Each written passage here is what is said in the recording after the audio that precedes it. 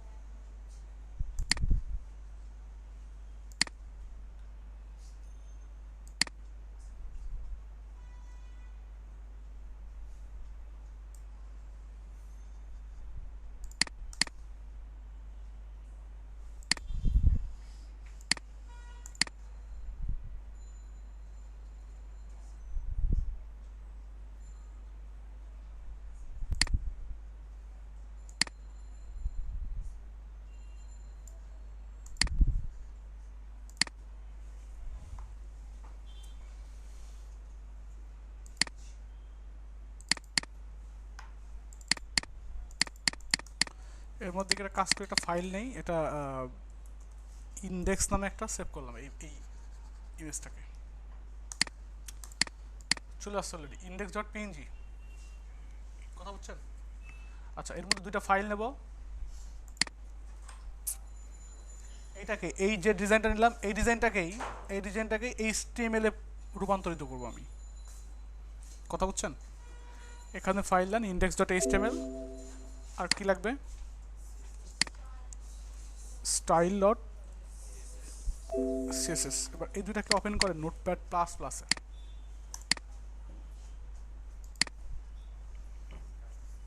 কি ঠিক আছে?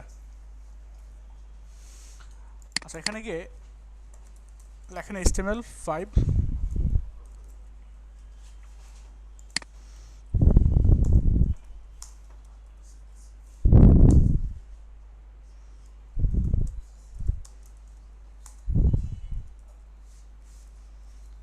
সিএসএস লিঙ্ক করা থেকে কেমনে?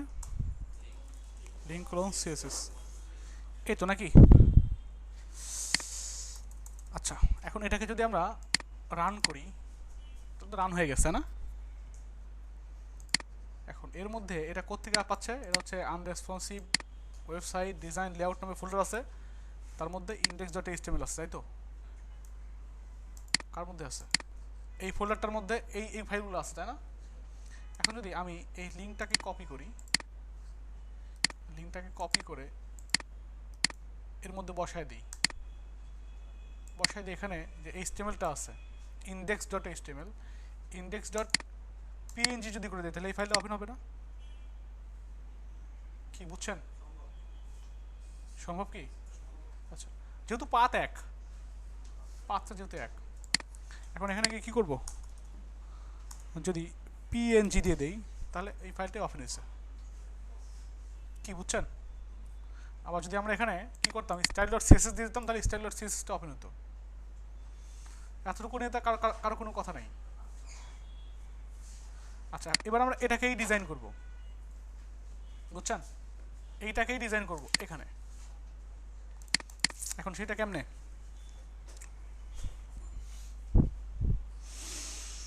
সেটার জন্য আমরা একটা কাজ করতে পারি, এখানে উপরের দিকে একটা ডিভ নিতে পারি, অথবা একটা হেডার নামে ট্যাগ নিতে পারি, আমাদের ইচ্ছা, তাই না?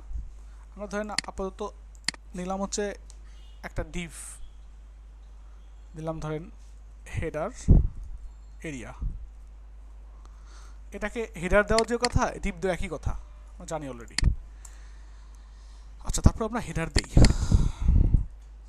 হেডার দিলাম, হেডার। আচ্ছা, এবার এটাকে যদি আমরা সিএসএস কল করতে চাই, তাহলে এটা নিয়ে কি করতে হবে? এখানে লিখতে হবে হেডার এরিয়া এবার এখানে কি করব, ব্যাকগ্রাউন্ড কি কালার দেব, অরেঞ্জ, ORANG, অরেঞ্জ, তাই তো? আচ্ছা দিলাম, দেওয়ার পর আসবে আসবে কি করতে হবে, একটা হাইট দিতে হবে নাকি উইড দিতে হবে, উইড না হাইট,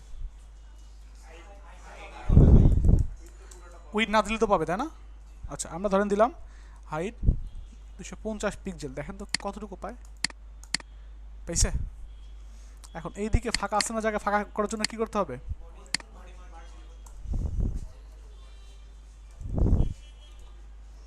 বডি মার্জিন 0 হয়েছে, দেখেন তো যায় কিনা,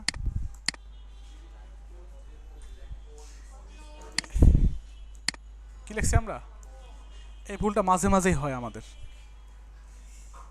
ঠিক আছে? সেজন্য কি করব, কারো হয়েছিল এই ভুল, কার হয়েছিল,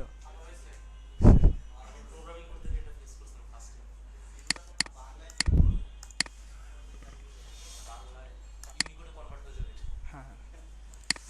আচ্ছা এরকম ভুল হয় অনেক সময়, এই জন্য দেখা দিলাম কিন্তু ভুলগুলো না হয়, মানে দেখতে একই রকম দেখা যায়, এটার জন্য 2 দিন কাটাই দিচ্ছেন, সলিউশন করতে পারেন নাই। আচ্ছা তাহলে আমাদের উপরের পার্ট কিন্তু কমপ্লিট, উপরের পার্টটা কমপ্লিট, এবার এইগুলো করবো তাই না? এগুলোর জন্য এটার নাম দিতে পারি, আমরা দিতে পারি হচ্ছে অ্যাসাইড, অ্যাসাইড দিতে পারি না, আর অ্যাসাইড দিতে পারি, আর টোটালটাকে একটা কাজ করতে পারি, টোটালটাকে একটা সেকশনের মধ্যে রাখতে পারি, আমরা নাম দিতে পারি সাপোজ সেকশন মিডল এরিয়া, এই তো, এর মধ্যে কি থাকবে, একটা অ্যাসাইড থাকবে, ধরেন নাম দিলাম অ্যাসাইড লেফট এরিয়া প্লাস, আচ্ছা এটা থাক। এখন এই লেফট এরিয়াটাকে কি করব, ডিজাইন করব,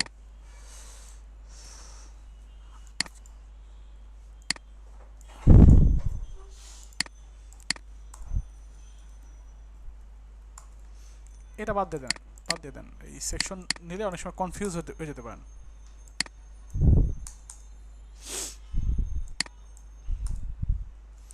এখন এই লেফট এরিয়াটা কি করব, ডিজাইন করব, করার পর এখানে কি করব, ব্যাকগ্রাউন্ড কি কালার, কি কালার দেওয়া যেতে পারে, লাইম, লাইট গ্রিন, অরেঞ্জ, তারপরে কি করব, এরকম, আচ্ছা একটা যে আমরা যে অরেঞ্জ দেখছি দেখেন তো এটা আসলে আসলে এই কালারের সঙ্গে কালারটা মিলছে কিনা, হ্যাঁ। এখন এটা কি করতে হবে, আমাদের অ্যাকচুয়াল কালারটাই লাগবে তাই না? যদি কোনো ওয়েবসাইট কোনো ক্লায়েন্টের জন্য করি, ক্লায়েন্ট আমাকে একটা একটা কালারের স্যাম্পল দিছে, আমি বলে দিলাম অরেঞ্জ ধরেন, ক্লায়েন্ট বললো যে মিলে নাই তো, না ঠিক আছে সমস্যা নাই, এটা একটু না মিললো হবে, হবে না, হ্যাঁ, মেয়েরা কালার খুব ভালো চেনে, হ্যাঁ হ্যাঁ, এই হচ্ছে অবস্থা। এখন আমাদের অ্যাকচুয়াল এই কালারটা কপি করার জন্য বা মানে কীভাবে আসে, এর জন্য বিভিন্ন রকমের অ্যাডন্স পাওয়া যায়, কথা বুঝছেন? এরকম একটা অ্যাডন্সের নাম হচ্ছে কালার পিকার, এখানে এখানে আসে দেখছেন, এখানে অলরেডি আসে, এটা আমরা কাজ করে রিমুভ করে দিই, আগে রিমুভ করে দিলে এখানে পাওয়া যায় না, এটা অ্যাড করবেন কেমনে তাই না? এখানে গিয়ে লেখেন COLORPICKER কালার পিকার, লেখে সার্চ দেন, দেখেন চলে আসছে ফার্স্টেই, কোথেকে যাবেন আবার দেখাই, এই এখানে এখানে যান, যাওয়ার পর অ্যাডন্সে ক্লিক করেন, এখান থেকে অ্যাপিয়ারেন্সে যাবেন, যাওয়ার পর এখানে লিখবেন COLORPICKER কালার পিকার,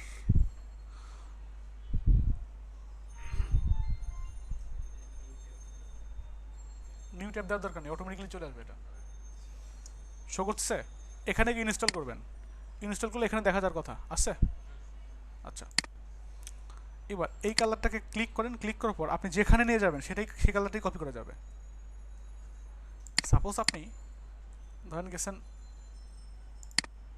facebook.com। তখন আমার গায়ের কালার কপি করবেন, এখানে ক্লিক করেন, ক্লিক করার পর এখানে যান, দেখা যায় দেখেন তো। এইবার এখানে কি লেখা আছে দেখেন তো, press ESC to copy RGBA, এখানে ক্লিক করেন। আমাদের RGB এটা দরকার না, RGB এটা দরকার না, আমাদের দরকার হচ্ছে হেক্স কোড। এখানে যান, এইবার ESC তে ক্লিক করেন। ESC চিনি তো সবাই? হ্যাঁ, বাম দিকে সবার উপরে যেটা বাটন থাকে লেখা থাকে আছে ESC, ওখানে ক্লিক করলেই কালারটা কপি হয়ে যাবে, ওখানে প্রেস করলেই। এবার এখানে গিয়ে অরেঞ্জের পরিবর্তে বসায় দেন, এখানে 1 2 3 4 5 6 6টা কোড চলে আসছে, এই জন্য এটাকে বলা হয় হেক্স কোড, বুঝছি? এবার কি এখানে রিলোড দেন, দেখেন তো আমার কার কালার দেখা যায় কিনা। আচ্ছা, তাহলে এটা কপি করা সম্ভব নাকি? এখানে যান, যাওয়ার পর ESC তে ক্লিক করেন, গিয়ে এখানে বসায় দেন,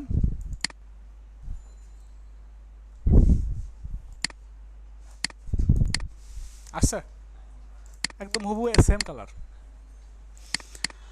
আচ্ছা, এবার এই কালারটা দরকার আমাদের, সেই কালারটার জন্য আমরা কি করব, এখানে ক্লিক, এখানে যান ESC,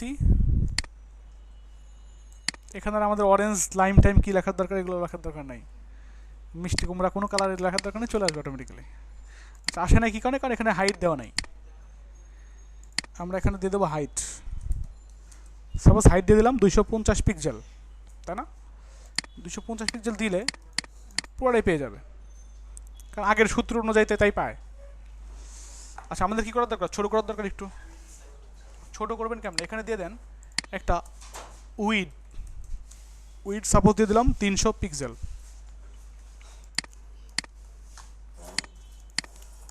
পাইছে? আচ্ছা, এইবার আমাদের আরেকটা কালার দরকার, এইটা মিডলটা, তাই না? আমরা এটার নাম দিতে পারি সাপোজ ডিপ নেন বা ডট দেন, মিডল পার্ট, তাই তো? এখন এটাকে কপি করেন, কপি করে এখানে বসায় দেন, ডট মিডল পার্ট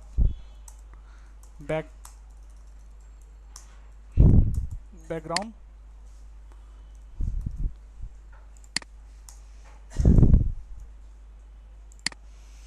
এটা, তাই না? এখানে যান, কপি, যা শুধু Ctrl V দিলে পেস্ট হয়ে যাবে। এবার এখানে হাইট দেন, কতটুকু হাইট, 250 পিক্সেল, উইথ আপাতত আমরা 500 দিয়ে রাখলাম, আপাতত দিয়ে রাখলাম, পরবর্তীতে যদি প্রয়োজন হয় তাহলে আমরা বাড়ায় নেব। কি নিচে পেয়ে যাবে না, কারণ কি করা আছে, এগুলাকে ব্লক করা আছে, ব্লক করলে তো নিচে নিচে শো করে। আচ্ছা, আমি চাচ্ছি এইটাকে এইখানে নিয়ে আসতে, এইটাকে এইখানে নিয়ে আসতে, কেমনে আনবো, পজিশন। আচ্ছা, পজিশন দিয়ে ইজি হলো, পজিশন দিয়ে কোনো ডিজাইন করা যাবে না, এগুলো যদি পজিশন মানে কি, যেখানে বসাবেন ও সেখানেই থাকবে, ওখান থেকে নড়াচড়া করবে না। আপনি যদি ওয়েবসাইটটাকে ছোট করেন বা বড় করেন, ও কি নড়াচড়া করবে? ওয়েবসাইট ফিক্সড হয়ে থাকবে, একদম স্ট্যাটিক, নড়াচড়া করবে না। এই জন্যই কখনো আমরা কি করবো না, পজিশন রেসপন্সিভ হবে না কখনো। সো পজিশন দিয়ে কখনোই ডিজাইন করবেন না, বুঝছেন? পজিশন ছোটোখাটো জিনিস, সাপোজ একটা এর মধ্যে আপনি এই কর্নার নিতে যাচ্ছেন কিছুকে, সেক্ষেত্রে এর মধ্যে ছোট্ট একটা জিনিসকে এক কর্নার নিয়ে যেতে পারেন, বা মানে ছোটোখাটো জিনিস দেখাবো আমি কোথায় আপনার পজিশন দিতে হবে, একবারে দিতে হয় না এরকম না, প্রয়োজনের ক্ষেত্রে আমরা দিতে পারি, বাট সব জিনিস পজিশন দিয়ে জায়গা সেট করে দিলাম এরকম করা যাবে না।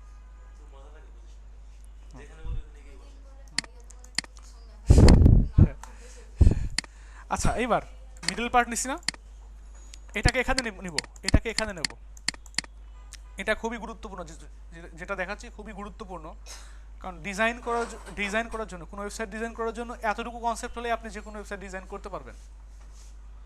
সো খুব মনোযোগ দিয়ে দেখবেন।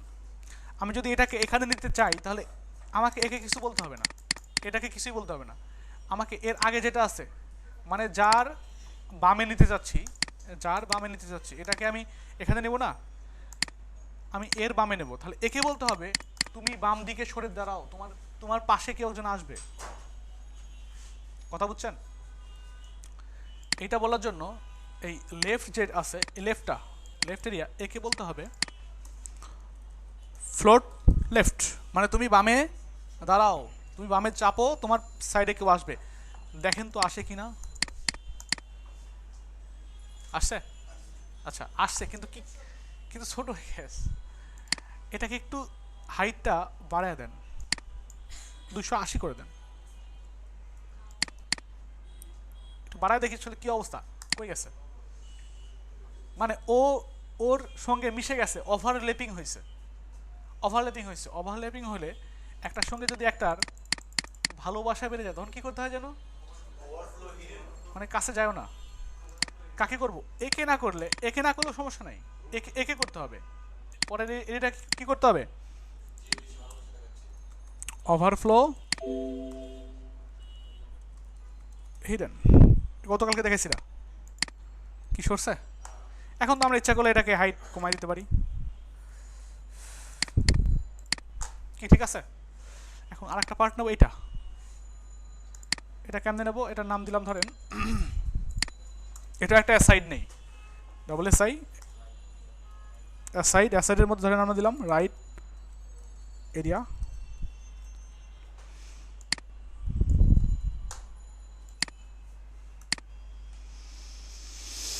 আমরা এখানে এরকম করে লিখতে পারি অ্যাসাইডের মধ্যে যে লেফট এরিয়া আছে এরকম বলতে পারি।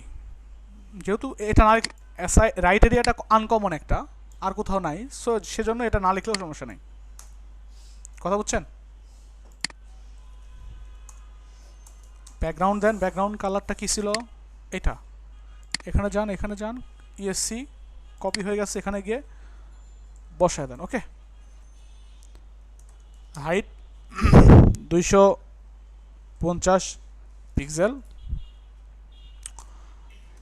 উইথ কতটুকু হবে? 300 পিক্সেল। এটা বসালে নিচে শো করবেন, নর্মালি তো নিচে শো করে। এটাকে যদি এখানে নিতে চাই তাহলে কি করতে হবে? আমাকে এই সবুজটাকে বলতে হবে তুমি বামে সরে দাঁড়াও, তোমার সাইডে কেউ একজন আসবে। তাহলে এই সবুজটাকে বলেন ফ্লোট লেফট করলে অটোমেটিক্যালি দেখবেন সে চলে গেছে। কোথায় কোথায় চলে গেছে? আমরা একটু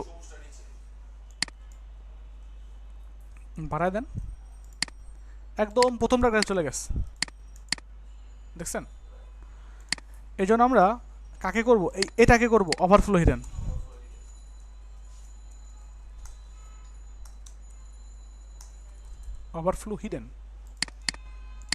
চলে আসছে? আচ্ছা, তাহলে আমরা পাশাপাশি আনতে পারছি।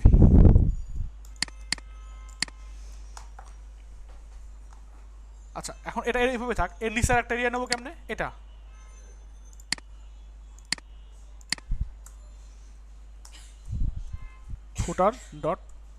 ফুটার এরিয়া,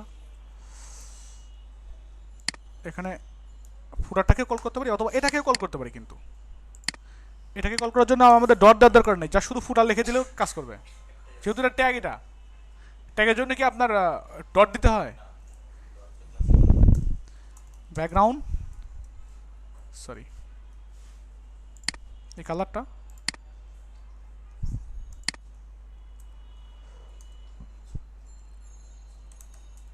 হাইট 250 পিক্সেল, শেষ। আসছে?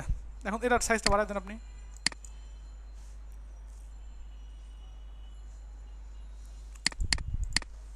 এটাকে করে দেন 700, একটু বাড়বে, সাপোজ 750, বেশি বেড়ে গেছে, কমায় দেন একটু।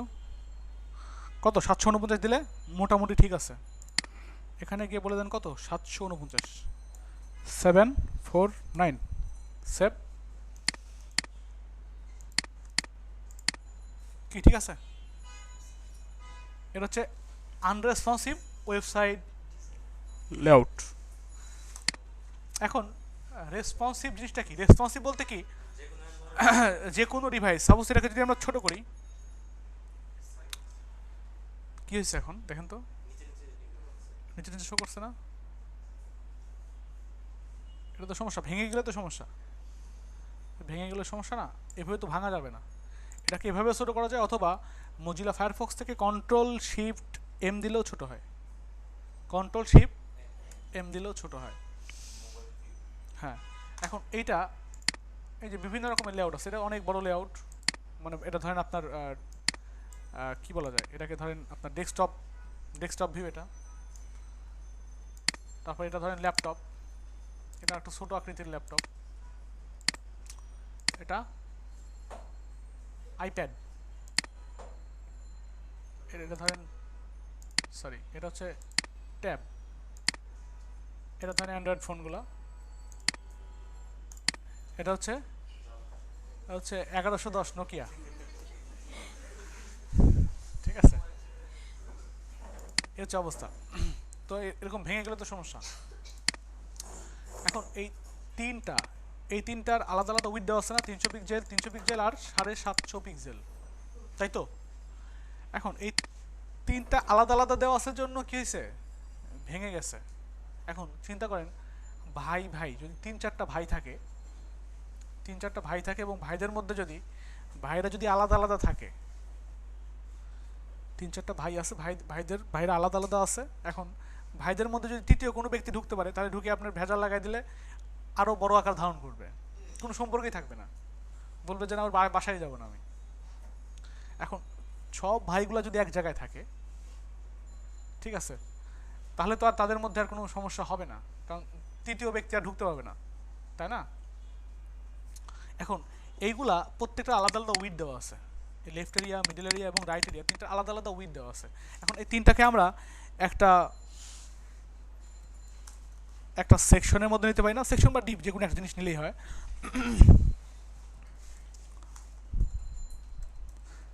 নিলাম ধরেন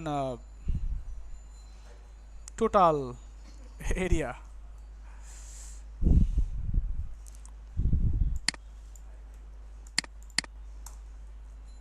তিনটা কি করলাম একসাথে নিলাম টোটাল এরিয়া নামে।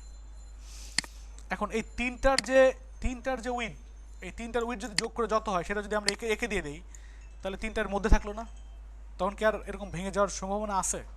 নাই। এটাকে কপি করেন, কপি করে আপনি যদি দিয়ে দেন এখানে উইথ সাপোজ কতটুকু 1349, তিনটা যোগ করলে এরকমই হয় না, 300 600 600 আর 700 কত 1349। কি বুঝছেন? ওয়েবসাইট বোঝার জন্য একটু যোগ বিয়োগ নর্মাল বুঝতে হবে, হালকা পাতলা। এখন কন্ট্রোল শিফট এম দেন, ভাঙছে, ভাঙে, আমরা যদি ছোট করে ফেলি আর ভাঙে, দেখেন তো ভেঙে যায়, ভাঙে না। আচ্ছা, এই যে ভাঙে নাই, যে এটাই হচ্ছে আনরেসপন্সিভ ওয়েবসাইট। বিভিন্ন আমরা যদি যত ছোট ডিভাইসেই যাব, যেন না ভেঙে যায়, অ্যাটলিস্ট নিচে স্ক্রল আসুক, স্ক্রল আসলে সমস্যা নেই, স্ক্রল আসলে কি দেখা যাচ্ছে, হ্যাঁ স্ক্রল আসলে এরকম দেখা যাবে, কারণ এগুলোর আবার উইথ দেওয়া নাই, এগুলোর উইথ যদি দিয়ে দেন, সাপোজ হেডারের উইথ কত হবে 1349 পিক্সেল,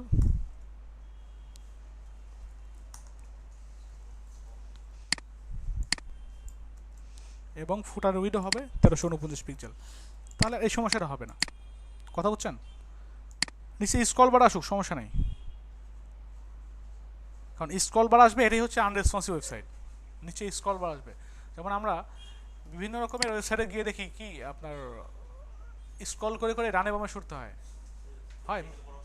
হ্যাঁ মোবাইলের ক্ষেত্রে এরকম হয়, মোবাইল দিয়ে কিছু কিছু ওয়েবসাইট আছে ওইগুলো পড়ার ক্ষেত্রে, বাট ওরকম ওয়েবসাইট খুব কম বর্তমানে, মানে 2 বছর আগেও খুব ছিল, বাট এখন এরকম ওয়েবসাইট নাই, কারণ গুগল এগুলোকে অ্যাকসেপ্ট করে না। গুগল থেকেও গুগলে যখন সার্চ আপনি একটা ওয়েবসাইটের অপটিমাইজ করতে যাবেন, সার্চ ইঞ্জিন অপটিমাইজেশন বলা হয়, মানে আপনি এসইও বলা হয়, হ্যাঁ এসইও যখন করতে যাবেন, সেই ওয়েবসাইটটা যদি আপনার রেসপন্সিভ না হয়, তাহলে গুগল ওগুলোকে অ্যাকসেপ্ট করে না। সো বাধ্য হয়েই আপনার রেসপন্সিভ ওয়েবসাইট করতে হয়, আর আমাদের কোর্সের পার্টই একটা রেসপন্সিভ ওয়েবসাইট ডিজাইন। এই যেখানে লেখা আছে দেখেন রেসপন্সিভ 2 নম্বর লাইনে, বুঝছেন? সো এটা খুবই গুরুত্বপূর্ণ। কেউ যদি মনে করে যে আমি রেসপন্সিভ শিখবো না, এমনি ওয়েবসাইট বানানো শিখবো, তাহলে সেটা বড় ভুল হবে। হ্যাঁ, এটা অনেক অনেক ইজি একটা জিনিস, বাট অনেকেই মনে করে কি অনেক কঠিন, বাট অনেক ইজি। আচ্ছা, রেসপন্সিভ বলতে হচ্ছে সব ডিভাইসেই ঠিকঠাক মতো শো করবে, সব ডিভাইসেই সেম না, ঠিকঠাক মতো শো করবে।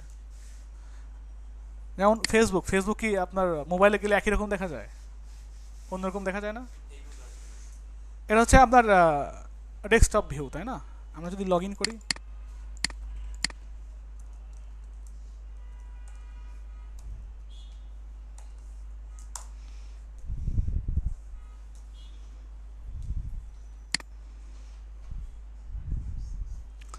এটা হচ্ছে মোবাইল ভিউ, এটা হচ্ছে আপনার ডেস্কটপ ভিউ।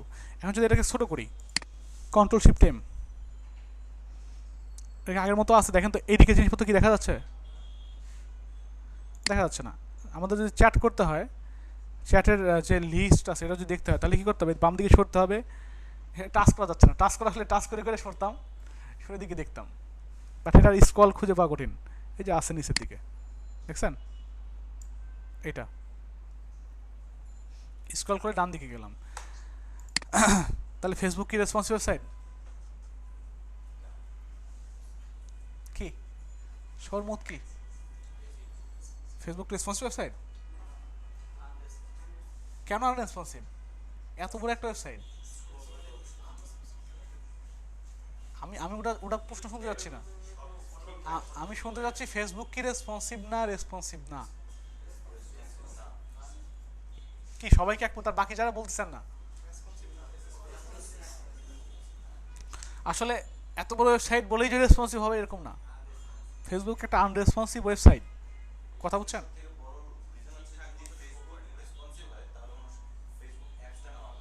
হ্যাঁ, ফেসবুক রেসপন্সিভ হলে ফেসবুক অ্যাপস কেউ না হবে না। আর ফেসবুক যেটা দেখি আমরা মোবাইলে, যেটা দেখি ওইটা হচ্ছে মোবাইল ভার্সন। আমরা যেটা মোবাইলে দেখি সেটা ফেসবুক না, সেটা আসলে m.facebook.com। এটা ওটা মোবাইলের জন্য আলাদা বানানোই হয়েছে, কথা বুঝছেন? হ্যাঁ, এখানে এম লিখলে চলে আসে। আচ্ছা, যাই হোক, আবার মোবাইল দিয়েও কিন্তু আপনি যদি মোবাইলের ক্রোম থেকে যদি আপনার অনেক সময় ওয়েব লিখে দেন, তাহলে ওটা ডেস্কটপ ভার্সন চলে আসে, বুঝছেন? আচ্ছা, এরকম হয়। আবার অনেক ওয়েবসাইটের মধ্যে যদি অনেক সময় অনেক হ্যাকার আক্রমণ চালায়, তাহলে এম ফেস বা এমে গেলে, মোবাইলে গেলে, মোবাইল থেকে কিছু কিছু সাইট আছে যেমন মোবাইল দিয়ে ঢুকতে গেলেই খারাপ কোনো এক সাইডে লিঙ্ক করে দিচ্ছে, বুঝতে পারছেন? এটা অনেক সময় হ্যাকাররা গিয়ে স্ক্রিপ্ট অ্যাড করে দিলে, মানে নর্মালি আপনি ছোটো করবেন কোনো সমস্যা নেই, বাট মোবাইল দিয়ে যদি ওয়েবসাইটে লগ ইন করতে যান, খারাপ একটা পর্ন সাইটে ঢুকাই দিল, এরকম করে অনেক সময়। যেমন আমার এক ক্লায়েন্টের একটা ওয়েবসাইট এরকম হয়েছিল।